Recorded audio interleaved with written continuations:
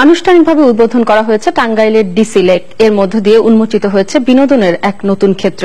একসময়ের ময়লা আবর্জনায় ভরা একটি পরিত্যক্ত জলাধারকে সংস্কার করে প্রশাসনের উদ্যোগে গড়ে তোলা হয়েছে এই লেক। টাঙ্গাইল থেকে বিস্তারিত জানাচ্ছেন মুসলিম উদ্দিন আহমেদ। একসময়ের লৌহজং নদী কালের পরিক্রমায় পরিণত হয় শহরের ময়লা আবর্জনা ও পরিত্যক্ত জলাধারে। জেলা প্রশাসনের উদ্যোগে প্রায় ৩ কোটি টাকা ব্যয়ে ৩৫ একর পরিত্যক্ত জমিতে একটি প্রকল্প গ্রহণ করা হয়। ওই প্রকল্পেরই ফলাফল দৃষ্টিনন্দন বিনোদন কেন্দ্র টাঙ্গাইলের ডিসি লেক ও শিশু পার্ক। সকাল থেকে রাত পর্যন্ত হাজারো মানুষের পদচারণায় মুখর এই ডিসি লেকে রয়েছে সব বয়সের মানুষের বিনোদন সুবিধা। টাঙ্গাইলে তো এরকম কোনো প্লেস নাই, বা এখন নতুন হয়েছে ডিসি লেক, বা হওয়ার পরে এখন ভালো লাগছে। পার্কের মতো বাচ্চাদের জন্য অনেক ভালো, এবং বড়রা আসতে পারবে এখানে, শুধু বাচ্চাদের জন্য না, সবার জন্যই, সব বয়সের জন্য।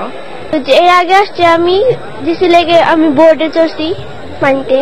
পার্কের স্বপ্নদ্রষ্টা টাঙ্গাইলের জেলা প্রশাসক। তিনি বলেন, ডিসি লেক বিনোদন চাহিদা মেটাবে কয়েকটি জেলার মানুষের। সংস্কার, সংরক্ষণ, সৌন্দর্য বর্ধন প্রকল্পের আওতায় আমরা একটা বরাদ্দ পাই। গত বছর সেখান থেকে কাজ শুরু হয় এবং আজকে 23শে সেপ্টেম্বর এই লেকটি উদ্বোধন করা হলো। এছাড়া এখানে ফ্রি ওয়াইফাই জোন রয়েছে।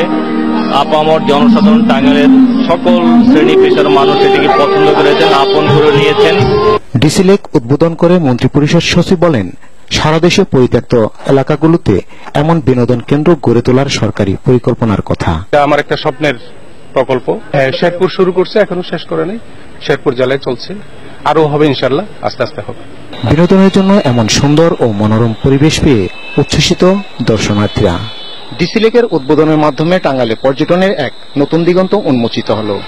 এর মাধ্যমে বিনোদনের অনেকটাই পিপাসা মিটবে জেলার দর্শনার্থীদের, এমনটাই মনে করছেন সংশ্লিষ্টরা। টাঙ্গাইলের ডিসি লেক থেকে মুসলিম উদ্দিন আহমেদ, চ্যানেল আই।